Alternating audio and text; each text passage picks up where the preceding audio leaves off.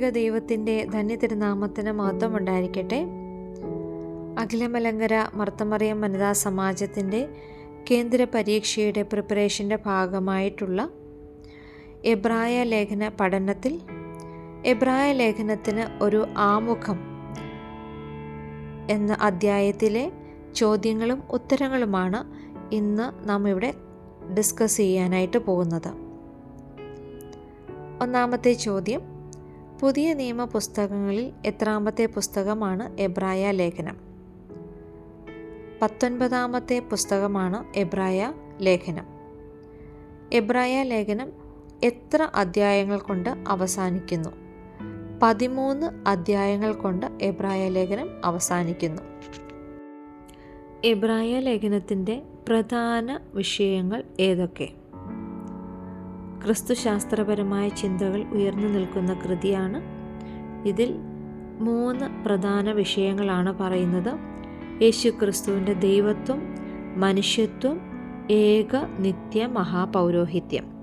ഈ 3 കാര്യങ്ങളാണ് ഇതിലെ പ്രധാന വിഷയങ്ങൾ. എബ്രായ ലേഖനത്തെ വിശുദ്ധ പൗലോസ് ശ്ലീഹായുടെ ലേഖനങ്ങളിൽ ഒന്നായി പരാമർശിച്ചിരിക്കുന്ന പിതാക്കന്മാർ ആരൊക്കെ? അലക്സാന്ദ്രിയയിലെ മാർ അത്താനാസ്യോസ്, സ്വർണനാവുകാരനായ മാർ ഇവാനിയോസ്, സഭാചരിത്രകാരനായ മാർ യൗസേബിയോസ്. പൗലോസ് ശ്ലീഹായുടെ ലേഖനങ്ങളിൽ ഒന്നായി എബ്രായ ലേഖനത്തെ കണക്കാക്കുവാൻ വേദപണ്ഡിതന്മാർ തയ്യാറാകാത്തത് എന്തുകൊണ്ട്? പൗലോസ് ശ്ലീഹായുടെ മറ്റു ലേഖനങ്ങളിലെ ശൈലിയും ഭാഷയും അഭിവാദന രീതിയും ഈ ലേഖനത്തിൽ പ്രകടമാകാത്തതിനാൽ വിശുദ്ധ പൗലോസ് ശ്ലീഹായുടെ ലേഖനങ്ങളിൽ ഒന്നായി ഇതിനെ കാണുവാൻ വേദപണ്ഡിതന്മാർ തയ്യാറാകുന്നില്ല. അതുപോലെ മറ്റു ലേഖനങ്ങളിലെ പോലെ എഴുതിയ ആളിൻ്റെ പേര് തലക്കെട്ടിൽ രേഖപ്പെടുത്തിയിട്ടില്ല. എബ്രായ ലേഖനത്തിന് കാനൂനികമായ അധികാരവും അംഗീകാരവും നൽകിയ സുന്നഹദോസ് ഏത് വർഷം? AD 397 കാർത്തേജ് സുന്നഹദോസ്. എബ്രായ ലേഖനം എഴുതപ്പെട്ട കാലഘട്ടം AD 70 എബ്രായ ലേഖനം എഴുതപ്പെട്ടു എന്നത് വ്യക്തമാണ്. യെരുശലേം ദേവാലയത്തിൻ്റെ നാശത്തിനു മുമ്പ് എബ്രായ ലേഖനം എഴുതപ്പെട്ടു എന്ന് അനുമാനിക്കാൻ കാരണമെന്ത്? AD 70 യെരുശലേം നഗരത്തിന് സംഭവിച്ച നാശത്തെക്കുറിച്ച് എബ്രായ ലേഖനത്തിൽ പരാമർശം ഇല്ലാത്തതിനാൽ യെരുശലേം ദേവാലയത്തിൻ്റെ നാശത്തിന് മുൻപ് ആയിരിക്കാം എബ്രായ ലേഖനം എഴുതപ്പെട്ടിരിക്കുന്നത് എന്ന് അനുമാനിക്കപ്പെടുന്നു. എബ്രായ ലേഖനം എഴുതപ്പെട്ടത് ആരെ ഉദ്ദേശിച്ചാണ്? ഏത് ഭാഷയിൽ?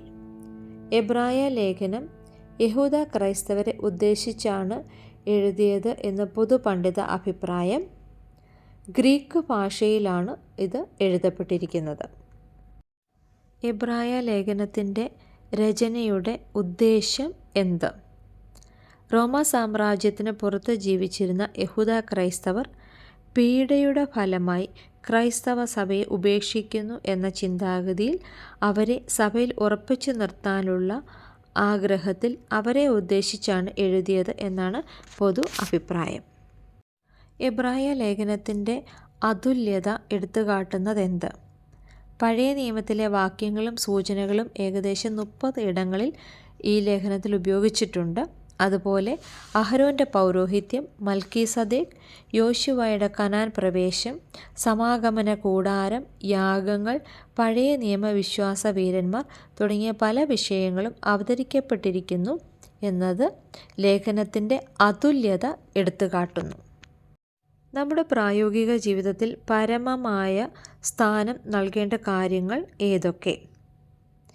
അതിഥി സൽക്കാരം, മിതത്വം, വിവാഹ ജീവിതത്തിലും ബ്രഹ്മചര്യത്തിലുമുള്ള പവിത്രത, പരസ്പരമുള്ള പ്രാർത്ഥനയുടെ കൂട്ടായ്മ, വിശ്വാസം പഠിപ്പിച്ച നേതാക്കന്മാരെ അനുസ്മരിച്ച് അവരുടെ മാതൃക അനുകരിക്കേണ്ടതിൻ്റെ ആവശ്യകത, സമാധാനത്തിൻ്റെയും ശാന്തിയുടെയും പ്രാധാന്യം. എബ്രായ ലേഖനത്തിൻ്റെ പ്രധാന വിഷയവും പ്രമേയവും ഏതൊക്കെ?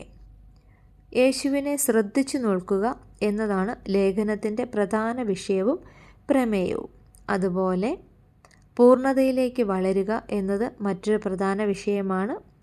ദൈവവുമായിട്ടുള്ള ബന്ധത്തിലേക്ക് ഒരാൾക്ക് എങ്ങനെ പ്രവേശിക്കാം എന്നും ലേഖനം കാട്ടിത്തരുന്നു. മികവേറിയ എന്ന പ്രയോഗം എബ്രായ ലേഖനത്തിൽ എത്ര പ്രാവശ്യം ഉപയോഗിക്കുന്നു? 13 പ്രാവശ്യം ഉപയോഗിക്കുന്നു. യേശുക്രിസ്തുവിൻ്റെ മഹാപൗരോഹിത്യം ഏത് പൗരോഹിത്യ ഗണത്തിൽ പെട്ടതാണ്? നിത്യപുരോഹിതനായ മൽക്കീസദേക്കിൻ്റെ ഗണത്തിൽ പെട്ടതാണ് യേശുക്രിസ്തുവിൻ്റെ മഹാപൗരോഹിത്യം. യേശുക്രിസ്തുവിന് എബ്രായ ലേഖനത്തിൽ നൽകിയിരിക്കുന്ന വിശേഷണങ്ങൾ ഏതൊക്കെ? അപ്പോസ്തോലൻ, മഹാപുരോഹിതൻ, പുതിയ നിയമത്തിൻ്റെ മധ്യസ്ഥൻ, വിശ്വാസത്തിൻ്റെ നായകൻ, പൂർത്തീകാരകൻ, ഇന്നലെയുടെ ഇന്നും എന്നേക്കും അനന്യൻ എന്നീ വിശേഷണങ്ങളാണ് എബ്രായ ലേഖനത്തിൽ ക്രിസ്തുവിന് നൽകിയിരിക്കുന്നത്. ഇതോടുകൂടി എബ്രായ ലേഖനത്തിൻ്റെ ആമുഖത്തെ ബേസ്ഡ് ആയിട്ടുള്ള ചോദ്യവും ഉത്തരങ്ങളും അവസാനിച്ചിരിക്കുന്നു. അടുത്തതായി അധ്യായം 1 മുതലുള്ള ചോദ്യങ്ങളും ഉത്തരങ്ങളും അടുത്ത വീഡിയോയിൽ നമുക്ക് നോക്കാം.